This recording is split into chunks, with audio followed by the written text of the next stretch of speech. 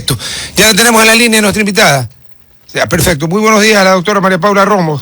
María Paula, buenos días, ¿cómo está? Buenos días. Buenos días, muy bien, muchas gracias. Qué gusto saludarle. El gusto es todo mío. A ver, desde Washington, D.C., o Georgetown, no sé en cuál de los lugares está vuestra merced, pero con todas las tecnologías que hay modernas, usted es como si estuviera aquí, pues se entera de todo. Deme una evaluación de lo que está pasando, porque esa mayoría que armaron, para mí, antinatural, ¿no? Pero bueno, la armaron. Parece que ha durado bastante menos, ¿no? Yo recuerdo que cuando el presidente Moreno asumió tenía 74 legisladores que eran de Correa, y luego logró pues ir formando su bloque, y luego no tuvo mayores sobresaltos. Pero aquí ya estamos con fiebre, ¿qué pasa? Bueno, nuevamente, buenos días, qué gusto saludarlos. Ha sido una semana, ya tal vez un poco más, yo diría 2 meses muy difíciles. Ha habido un esfuerzo muy grande del gobierno por sostener a Guadalupe Llori en la presidencia de la Asamblea, y no solamente que ese objetivo no se logró, sino que mientras ese tiempo transcurría, es evidente que no se logró armar una mayoría distinta a la que el bloque del Partido Social Cristiano, UNES y una parte del Pachacutic, una parte de la Izquierda Democrática han ido conformando. Eso se concretó en esta última semana, pero yo creo que hay otras coincidencias o hay otras cosas que han pasado al mismo tiempo que no son casuales, estimado Rodolfo. Creo que hay varias cosas que describen lo que ha sucedido. Por ejemplo, me parece que hay una estrategia o una falta de estrategia respecto de la relación del gobierno y la Asamblea. El presidente anunció ya hace algunas semanas que iba a gobernar por fuera de la Asamblea, que iba a enfocar todos sus esfuerzos en las capacidades del Ejecutivo. Y sin embargo, no parecemos salir de la discusión de lo que pasa en la Asamblea.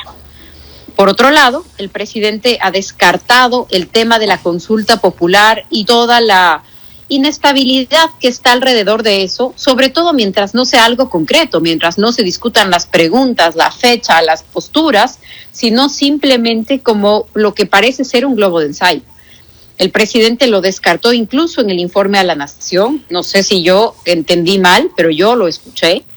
Y unos días después o al otro día, el ministro de Gobierno vuelve a poner sobre la mesa el tema de la consulta, de nuevo sin preguntas, de nuevo como ya algo que está aquí a la puerta, y de una manera que no sé si es una estrategia o es el resultado de una improvisación que preocupa. ¿Usted juega póker, María Paula? No juego póker. Pero alguna vez ha visto jugar póker. Sé lo que se requiere. Ya. Pero sé lo que eso se llama blofeo. Están blofeando. A ver quién paga la apuesta. El problema es que cuando uno blofea y le pagan la apuesta, lo dejan en paños menores. Pero además, Rodolfo, tiene que haber un objetivo detrás, tiene que haber una estrategia detrás. Yo no lo veo así, yo veo más bien echar mano de ciertos argumentos al apuro, con prisa, sin algo detrás. Ojalá sea yo la que me equivoque y el gobierno esté desplegando una gran estrategia política que nos va a impresionar en los próximos días. Ya, la segunda avenida también nos va a impresionar cuando suceda, no se preocupe. Sí. Y lo otro que creo yo que es muy, muy, muy importante, muy decidor de lo que está pasando, es este gran golpe que en materia de seguridad ha dado la Policía Nacional. Importantísimo, medular, no solamente para atacar la mayor preocupación y el problema más grave que enfrenta hoy el país, que tiene que ver con el crimen organizado, con la violencia desbordada, sino también porque acaban de poner en evidencia los vínculos de esas organizaciones criminales con la desestabilización política. La foto de la piscina de Aliaga y Jordán no es un asunto menor. Es el punto de conexión. Son dos personajes que el uno es claramente el rostro del correísmo, el defensor de Correa, el chofer del carro de Glass, el que ha puesto todas las denuncias en contra de los enemigos políticos de Correa, el ex Latin King, el vocero en la Asamblea, una figura importantísima del correísmo, aunque creo que estamos cerca de que Correa diga que ni lo conoce. No, pues ya dijo, perdón, ¿no vio usted el último tuit de Correa? Lo vi, pero estamos todavía a un grado de que digan nunca lo he visto. Sí, claro, ya dijo que se va al comité de ética, porque esto es como es ética y moralmente inaceptable, y por ahí mi primo Andrés Páez, y buen amigo además, porque a los amigos uno los escoge, dijo que ellos tengan un comité de ética es como que un club de nudistas tenga un código de vestimenta.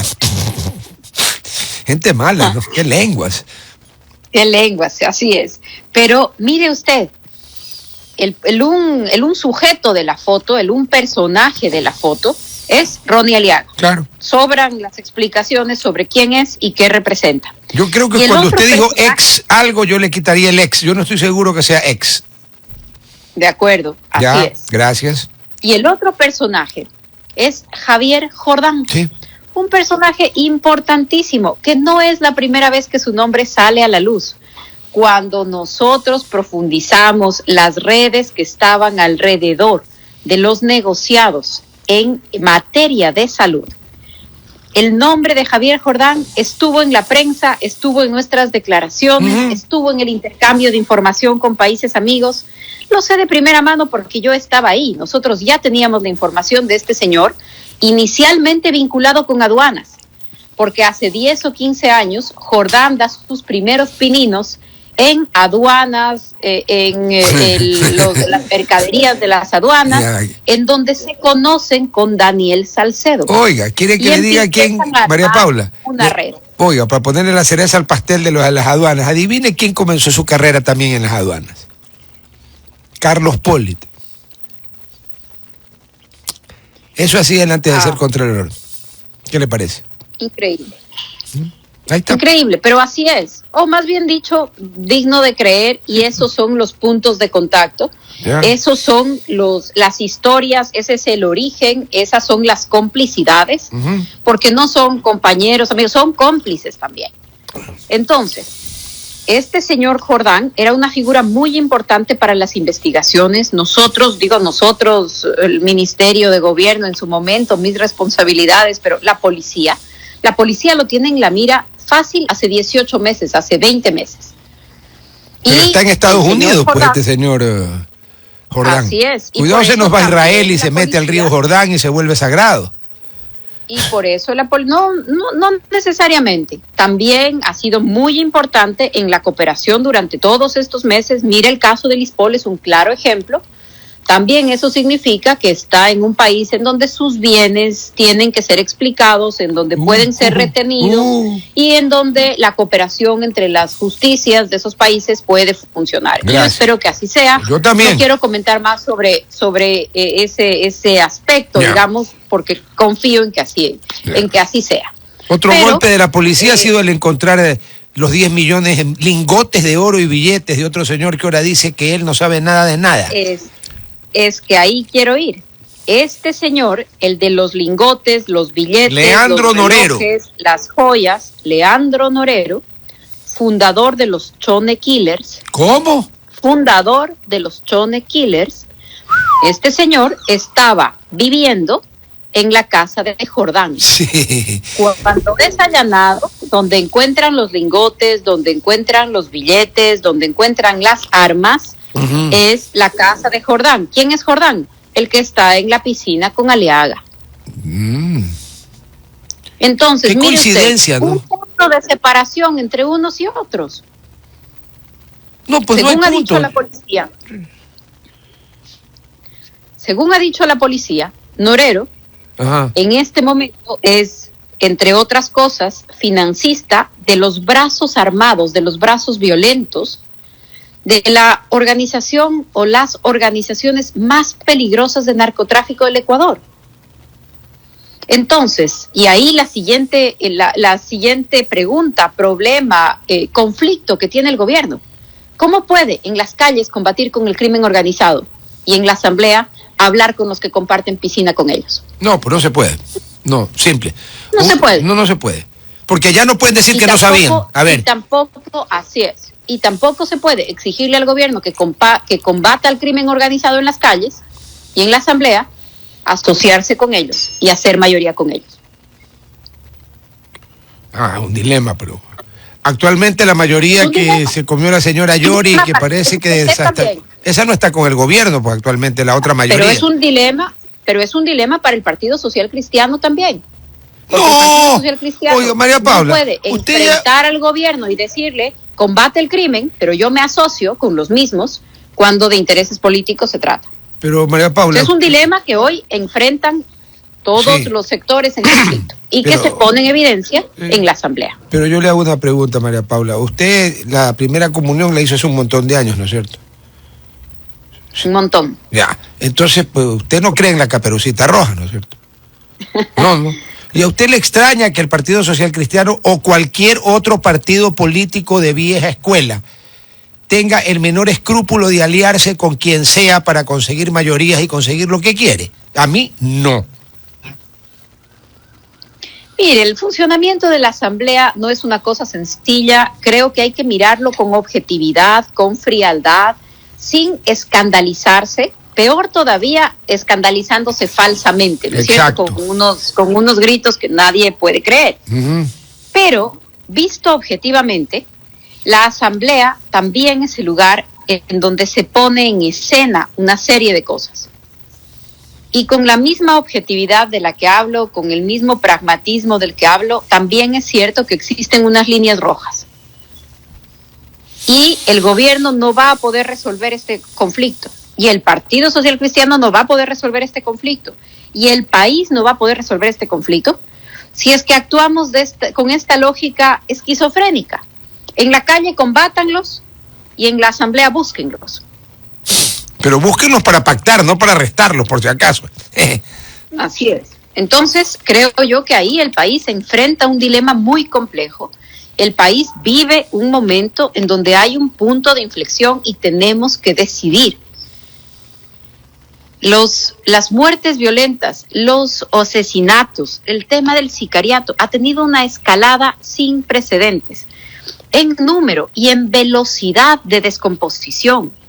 Tenemos en lo que va del año, acabo de leer hace poco en un titular, 90 adolescentes asesinados y 14 niños, además de triplicada la tasa de homicidios.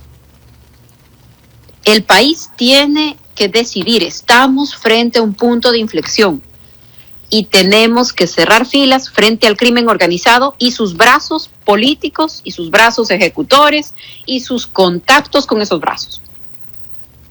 Esto es como la guerra, María Paula, sí. Si no a ver, cuando fue la pandemia, y con razón desde el gobierno del presidente Moreno, porque a él fue que le estalló la pandemia, por si acaso, se dijo que esto era como una guerra, ¿no es cierto? Y efectivamente todo el mundo se unió, con alguna excepción de algún desequilibrado que, para variar, lo hizo fuera del tiesto.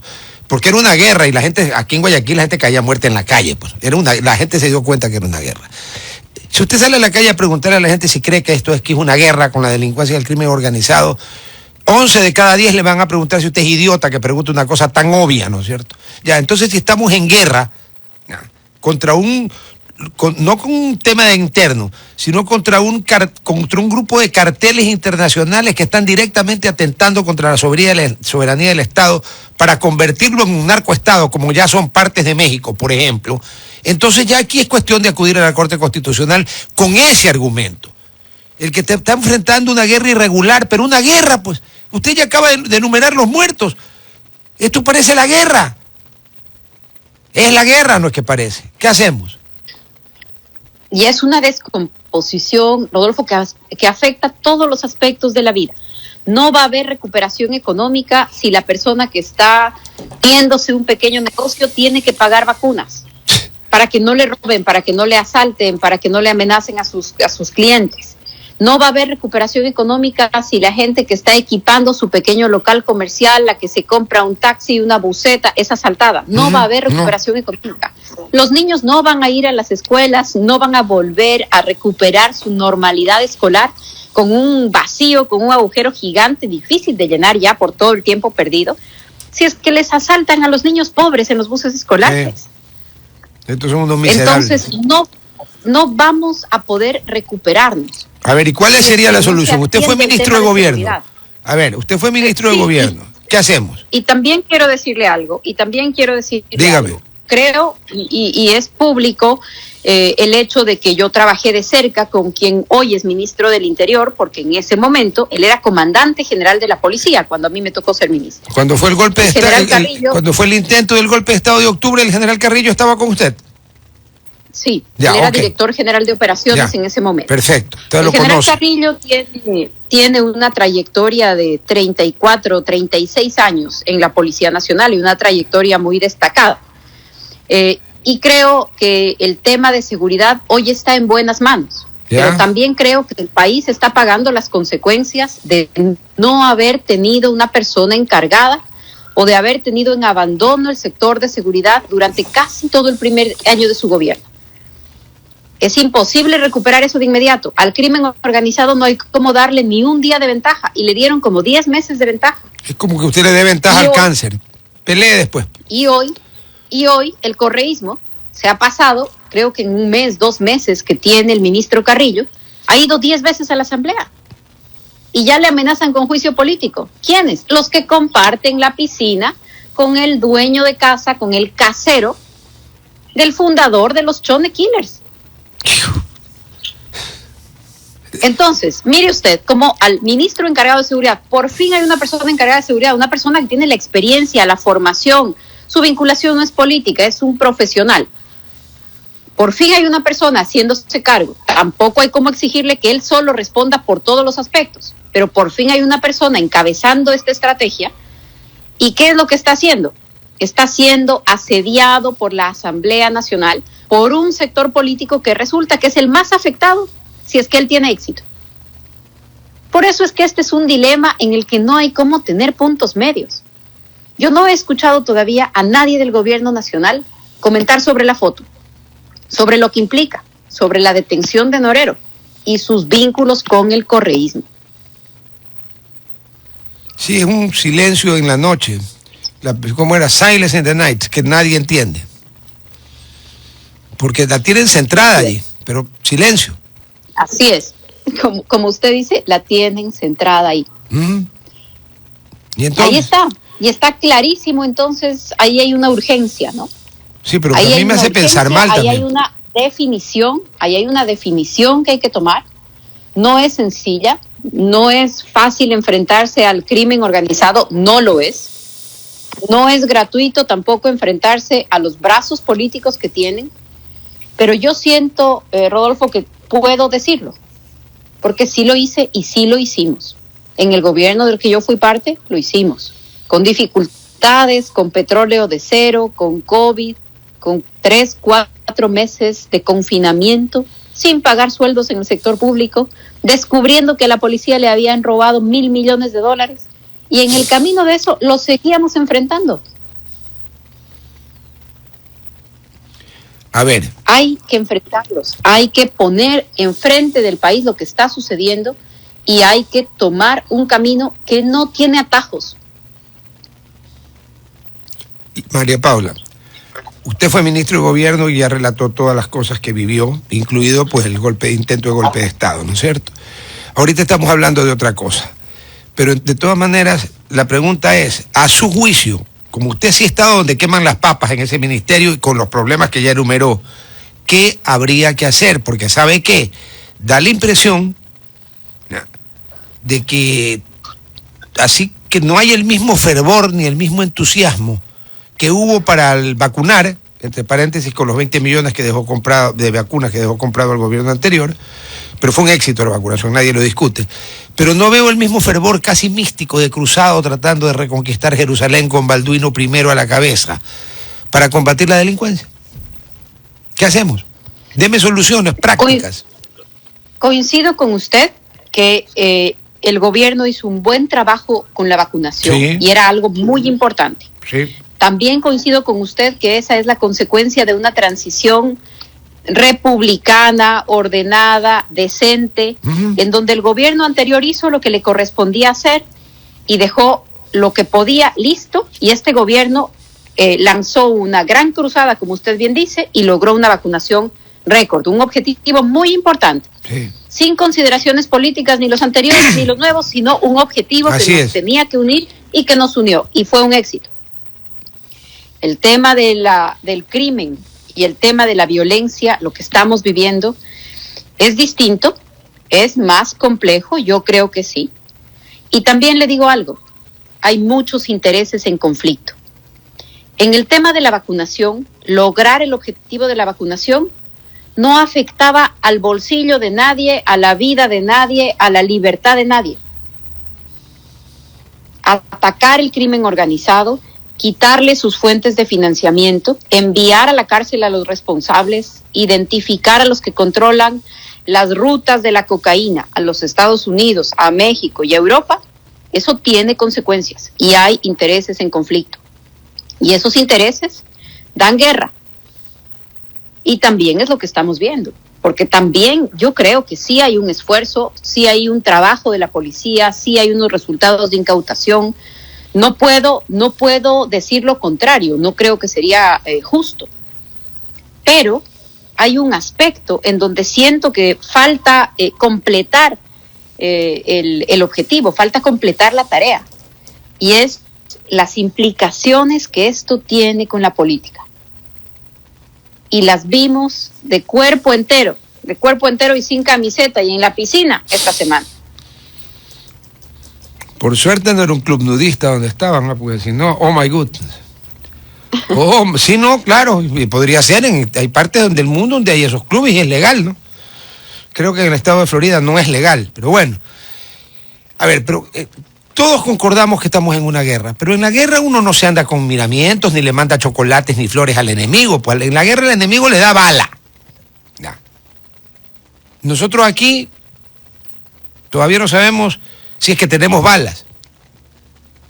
No hay un problema de decisión política para decir, a ver, esto es una guerra, un desafío histórico, comparado como el de Rocafuerte, el refundar la República, el de García Moreno, cuando volvió a permitir que Ecuador siga siendo Ecuador, porque estaba dividido en 5. Usted se acuerda, sus tiempos enseñaban historia, como yo soy más viejo, mucho más viejo, pero los míos también, y como el general Alfaro, que cambió el país con la Revolución Liberal. Entonces, gane la guerra, pero para ganar la guerra hay que pelearla, ¿o no? Así es, y de nuevo creo que sería injusto decir que no la pelean, sí la pelean. La pelea la policía, la pelean algunas autoridades, la pelean algunos sectores del gobierno, pero creo que hay una implicación de esa pelea en donde todavía no hay una decisión clara. Es incompatible combatir el crimen organizado y hablar con el correísmo. Y decir que hay que pasar la página. Entonces disuelva la asamblea. Disuelva la asamblea. Mande una consulta popular y disuelva la asamblea. Haga las dos cosas. Y pregunte así, como cuando el presidente Moreno lanzó la consulta popular, que puso una pregunta por la que nadie podía votar que no, la imprescriptibilidad de los delitos sexuales contra menores. ¿Quién iba a votar que no? Y aquí la gente vota en plancha. Que se inventen, oiga, yo entre broma y en serio le digo que lo contraten a Vinicio Alvarado para que les dé haciendo el trabajo, pues, ¿no? Par de preguntas a las que no hay cómo contestar que no, y usted gana cualquier consulta. La gente vota en plancha.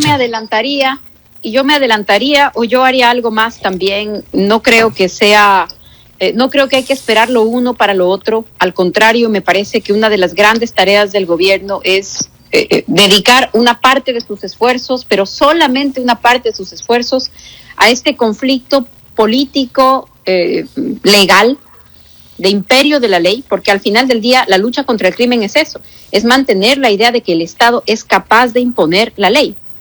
Y va a tener que hacerlo en la calle, va a tener que hacerlo en la asamblea, va a tener que hacerlo con sus contactos o sus posibles contactos políticos. Pero por otro lado, en el país hoy hay una gran preocupación sobre el tema de los precios, sobre la comida, sobre el empleo, sobre los temas de seguridad, ya los hablamos, pero creo que es indispensable atender eso. Y es indispensable atenderlo. Para mí la tragedia económica, socioeconómica del COVID no se ha terminado y va a tomar muchos años en terminarse. Lo dicen las estadísticas, lo dicen lo que estamos viendo todos los días. Hay menos chicos matriculados en las escuelas, hay menos personas trabajando y creo que ahí el gobierno tiene un gran esfuerzo que hacer y tiene también algunas herramientas. Una recaudación tributaria que ya nos habríamos querido, un petróleo que ya nos habríamos querido. Creo que eso le permite al gobierno atender también la urgencia del día a día de la gente. porque de lo contrario va a ser muy difícil que la población tan angustiada por lo inmediato ponga atención en las implicaciones de este gran problema sin caer en las garras de las ofertas populistas. Sí, porque también es cierto que ir a elecciones en este estado de angustia y de necesidad es el ambiente perfecto para las promesas vacías y para las promesas irresponsables de las líneas más populistas de la política.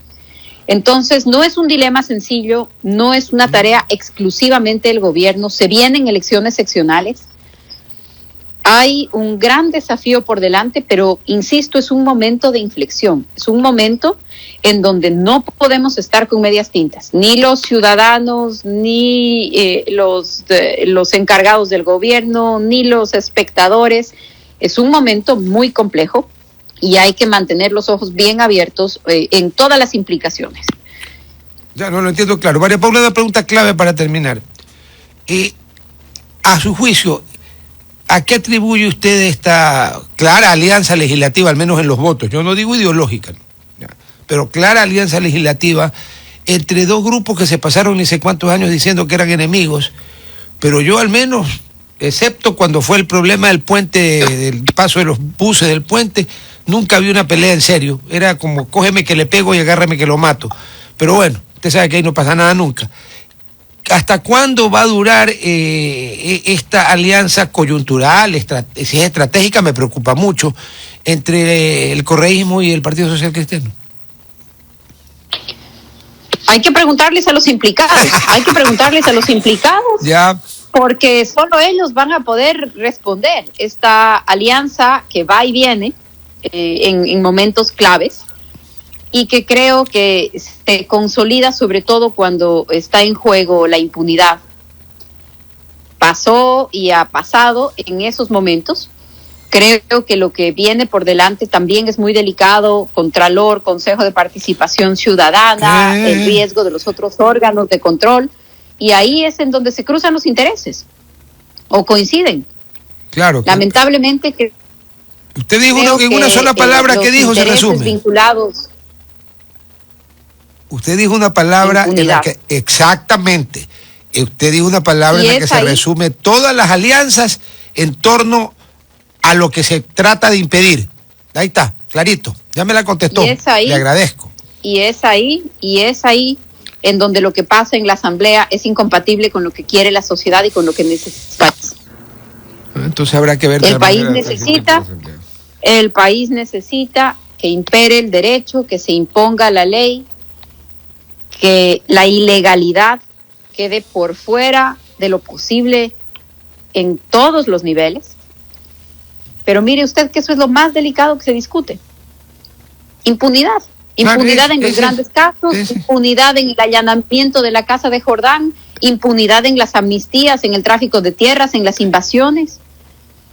Las alianzas más increíbles que hemos visto en los últimos meses, impunidad en el caso Ispol, que también la intentaron. Las alianzas más antinatura que se han visto en los últimos meses en la Asamblea siempre tienen en común eso, y a los actores más disímiles, si es que eso está en juego. Bueno, habrá que preguntarle, como usted bien me dijo. Hay que mantenerse atento. Hay que preguntarle. María Paula, muchísimas gracias. Yo sé que usted está ocupada, le agradezco mucho por su amabilidad. Saludos, por favor, a todos allá. Un abrazo. Hasta luego. Muchísimas gracias. Un abrazo por favor. También. Gracias. Chao. Vamos a la pausa.